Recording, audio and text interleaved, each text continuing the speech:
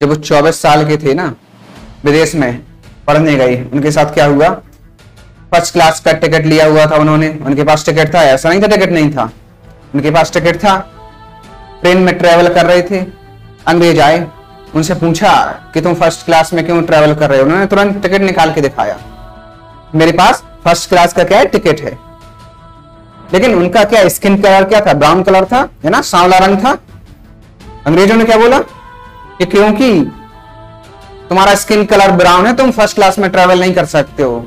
गांधी जी ने सोचा ऐसे कैसे नहीं कर सकते भाई, मेरे पास टिकट है, क्यों नहीं कर सकते हैं ट्रेवल। रीजन क्या दिया गया, स्किन कलर। गांधी जी ने सोचा कि ये लोग मुझे उठा के थोड़ी बाहर फेंक देंगे, उन्होंने क्या बोला, मेरे पास टिकट है, मैं तो फर्स्ट क्लास में ही ट्रेवल करूंगा। भाई टिकट है तो मैं क्या करूंगा, फर्स्ट क्लास में ही ट्रेवल करूंगा, मैं ट्रेन से उतरूंगा नहीं। अगर आप लोग चाहें तो मुझे उठाकर बाहर फेंक सकते हैं।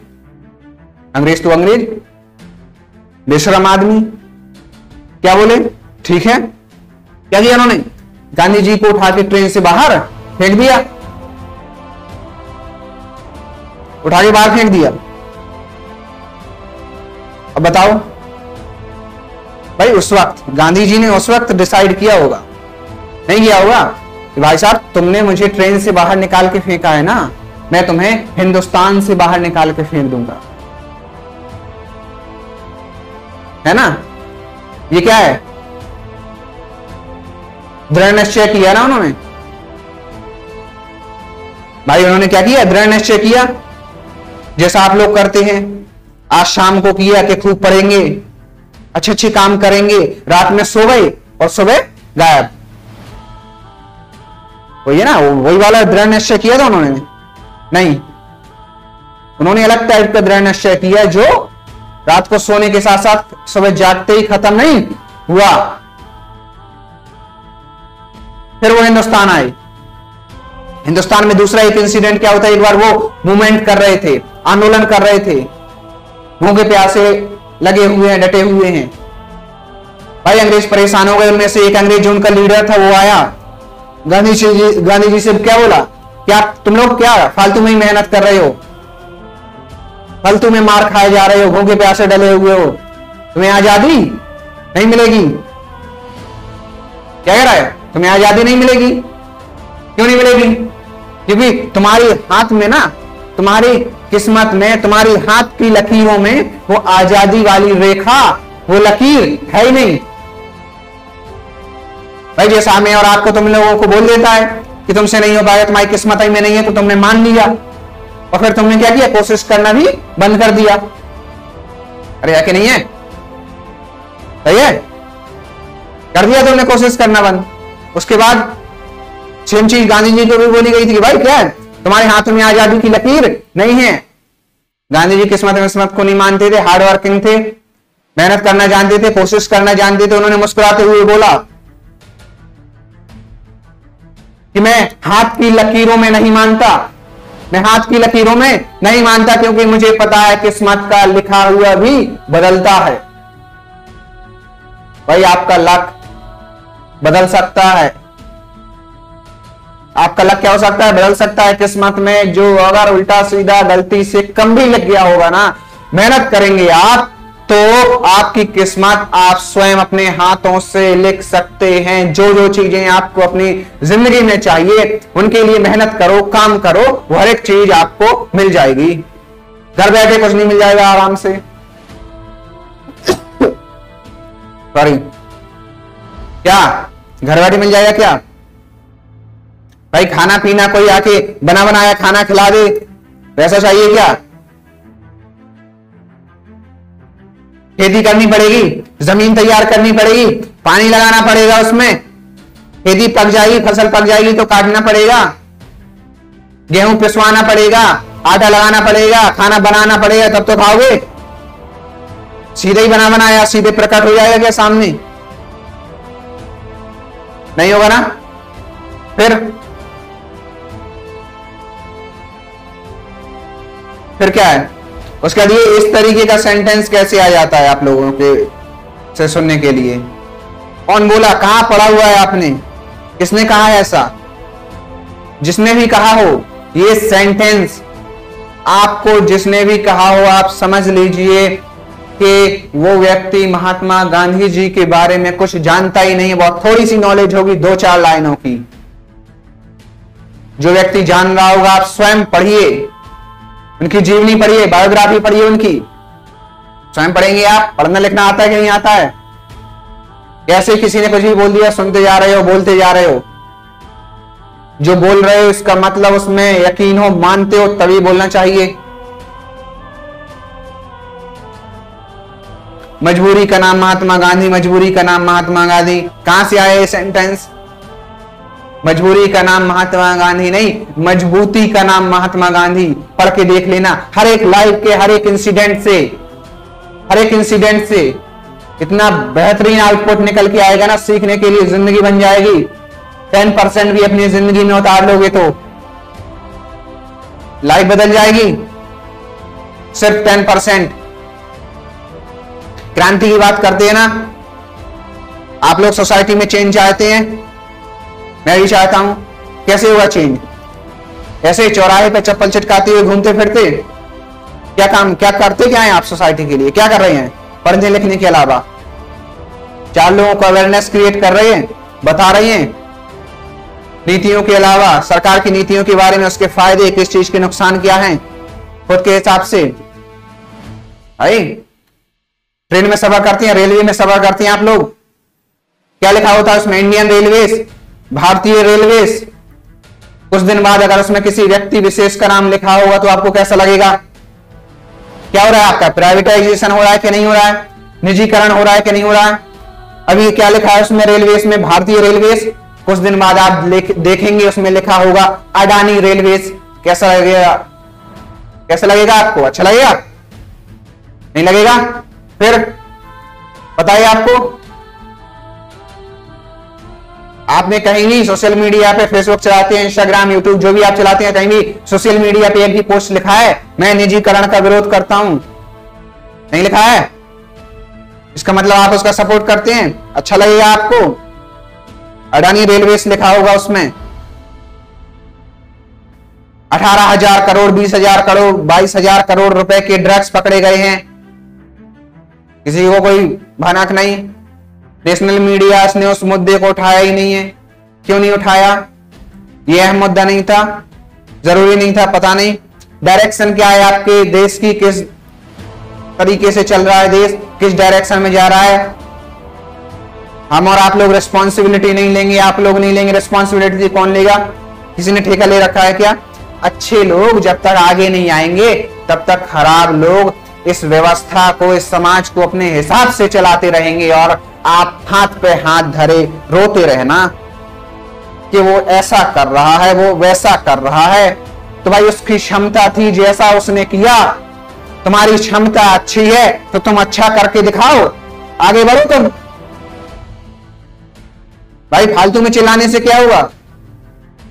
उसने कोशिश की। कोई भी जगह, कोई भी फील्ड, कोई भी चीज खराब नहीं होती है, उसको खराब करते हम और आप जैसे लोग। भाई किसी भी जगह पे अच्छे लोग नहीं जाएंगे, खराब लोग जाएंगे तो वो जगह खराब लोगों के नाम से मशहूर हो जाएगी। किसी भी जगह अच्छे लोग जाएंगे तो वही जगह अच्छे लोगों के नाम से भी प्रसिद्ध हो जाएगी। भाई है कि नहीं है? फिर लोगों में अवेयरनेस क्रिएट करिए। आजादी की लड़ाई जब लड़ी जा रही थी, यूथ थे, कुछ जवान लोग, युवा लोग थे, अत्याचार हो रहा था तो भाई कितना बर्दाश्त किया जाता? नहीं टॉलरेट कर सकते ना। एक थप्पड़ मारा किसी ने, अपन ने भी पलट के दूसरा दे दिया। इस तरीके के लोग भी थे, जवान लोग थे। गांधी जी ने ठीक दूसरा रास्ता अपनाया और बहुत समझदारी भरा रास्ता। क्या कहा कि भाई साहब आप लोग उनका मुकाबला कर ही नहीं सकते ना। आपके पास है क्या? तलवार है, लाठी डंडे हैं, उनके साथ आप अंग्रेजों का सामना कर लेंगे क्या? जिनके पास सोफिस्टिकेटेड राइफल्स हैं, पिस्टल्स हैं, रिवॉल्वर्स हैं, माउजर्स हैं, तोप हैं, ग्रेनेड्स हैं, बॉम्ब्स हैं, उनका सामना आप किससे? लाठी डंडे तलवारों से लड़ाई करेंगे उनके साथ? अच्छा आइडिया दिया था उन्होंने। क्या? लोगों में अवेयरनेस क्रिएट करिए, लोगों में जागरूकता फैलाइए, लोगों को सरकार की नीतियों के खिलाफ बताइए, उनके पक्ष में बताइए, कोई चीज अच्छी है तो अच्छी बताइए, खराब है तो खराब बताइए। उस टाइम तो क्या था, अंग्रेज राज कर रहे थे, तो अच्छा क्या था उसमें, है ना। किसी ने कोई चीज का विरोध किया, दो खींच के लगा दिए, चल मेरे घर का झाड़ू पोंछा कर, बर्तन साफ कर, ये काम कर, वो काम कर। नौकर बना के रखते थे, स्लेव बना के रखते थे, है ना। क्या बोला था गांधी जी ने, भाई लड़ाई झगड़ा मत करो, अहिंसा के रास्ते पे चलो, एजुकेट करो लोगों को, एम्पावर करो। क्या कहा था उन्होंने, न कमान खींचो न तलवार निकालो, जब तोपें हो मुकब्बिल तो अखबार निकालो, है ना। लिखो, लोगों तक पहुंचाओ, उनको जागरूक करो और उनको इस आजादी की लड़ाई के लिए तैयार करो। आज के टाइम पे क्या लगता है आपको, आप लोग आजाद हैं? भ्रम है आपका। आजाद हैं अगर आपको ऐसा लगता है तो ये आपका क्या है, भ्रम है ना। कितने सारे क्राइम्स हो रहे हैं, साहब नहीं हो रहे क्राइम्स। वुमेन सिक्योरिटी, कौन बात कर रहा है? Is anybody talking about women security? क्या हो रहा है, हर 2, 4, 5 दिन में पर डे कम से कम 5 से 10 रेप होती हैं ऑल ओवर इंडिया में, पर डे। ये डेटा है ना। और उसमें से जरूर आपको पर डे 2 से 3 केस हाईलाइट भी होते हैं, 7 से 8 केस तो हाईलाइट नहीं होते, कंप्लेंट रजिस्टर नहीं होती है, हाईलाइट नहीं हो पाती, मीडिया उनको रिपोर्ट नहीं कर पाता है। भाई कितना रिपोर्ट करेगा, इतना ज्यादा हो रही है। 2 से 3 केस तो आप अपना पिछला 10 दिन का रिकॉर्ड उठा के देखिए, गूगल करिए कितने रेप्स हुए पिछले 8-10 दिन में। क्या हुआ उनके खिलाफ? कुछ नहीं हुआ। भाई स्ट्रिक्ट लॉ एनफोर्स नहीं किए जाएंगे, कानून नहीं बनाए जाएंगे तो कौन मानेगा उन चीजों को, है ना। वुमेन सिक्योरिटी कोई बात कर रहा है, नहीं बात कर रहा है। फार्मर्स के लिए कोई बात कर रहा है, नहीं बात कर रहा है। फिर किसी को ब्लेम मत करिए। You are the future of India, आप लोग हैं हिंदुस्तान का भविष्य, students. You have to take the responsibility, आपको स्वयं को ये जिम्मेदारी लेनी पड़ेगी। नहीं लेनी पड़ेगी? आप नहीं लेंगे तो कौन लेगा? देश आपका है, प्रदेश आपका है, घर परिवार समाज आपका है, जिम्मेदारी कोई दूसरा क्यों लेगा? है कि नहीं है?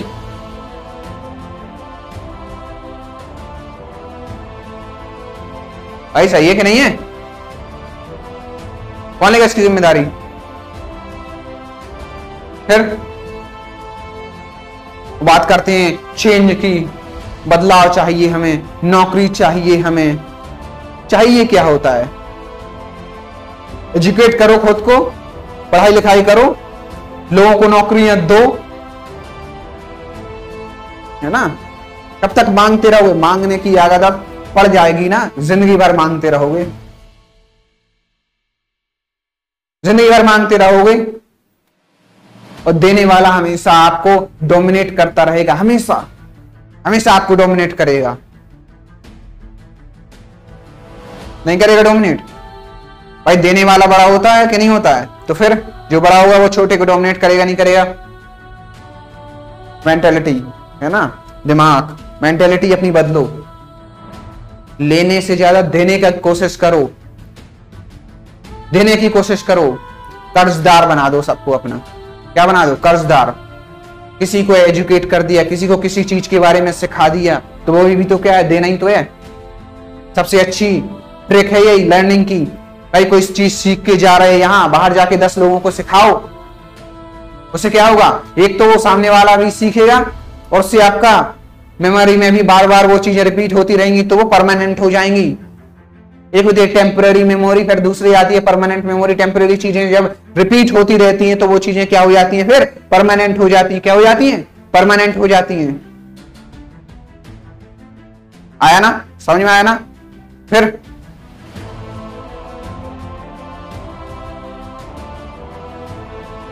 और ये कोई चीज बिना किए कभी भी हार मत माना करो, बिना किए कभी भी हार मत माना करो। ये चीज मैंने नहीं कर सकता, वो चीज मेरे से नहीं हो गया, बहुत मुश्किल है, फालतू की बातें हैं।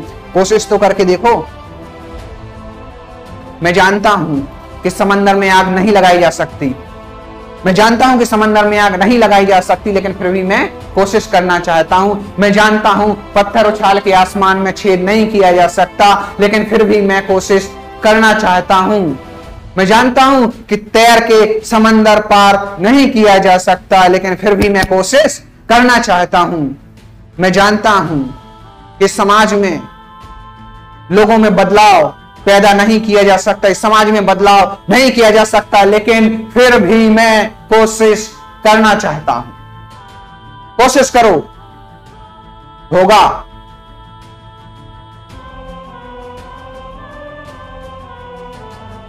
देखिए, ये सब चीजें, किसी चीज के बारे में अगर अच्छा ना बोल पाओ तो खराब भी मत बोलो। और ये दूसरा सेंटेंस मुझे कभी भी आप लोगों से सुनने को नहीं मिलना चाहिए कि मजबूरी का नाम महात्मा गांधी। मजबूरी का नाम नहीं है महात्मा गांधी, मजबूती का नाम महात्मा गांधी है। पहले जाओ पढ़ो उनकी बायोग्राफी। बायोग्राफी नहीं पढ़ सकते, गूगल पे सब कुछ रिसर्च करो, वीडियोस देखो, आपकी मेंटेलिटी बदल जाएगी। आज के आज तो कल सुबह मुझे आके रिपोर्ट जरूर करना, जरूर बता देना कि जिसने भी तुम्हें कहा है मजबूरी का नाम महात्मा गांधी, वो सही है, या फिर जो मैं कह रहा हूं क्या मजबूती का नाम महात्मा गांधी वो सही है। ठीक है ना। आप लोगों ने क्योंकि टॉपिक से थोड़ा सा डेविएट कर दिया है ना, ये परेशान होने वाली बातें नहीं है। ये सेंटेंस आपकी तरफ से वैसा निकल के आ गया था ना। देखिए, पढ़ते रहिए, पढ़ाते रहिए, है ना, सीखते रहिए, सिखाते रहिए। आप सभी को गांधी जयंती की हार्दिक शुभकामनाएं। मुझे आपसे ऐसी आशा है, उम्मीद है कि आप सब लोग अहिंसा के मार्ग पे चलेंगे, सत्य के मार्ग पे चलेंगे। Truth, understand the power of truth, सच्चाई की ताकत को पहचानेंगे और इस देश को बचाने में, इस समाज को आगे बढ़ाने में आप सब लोग साथ में खड़े रहेंगे और हमारा साथ देंगे।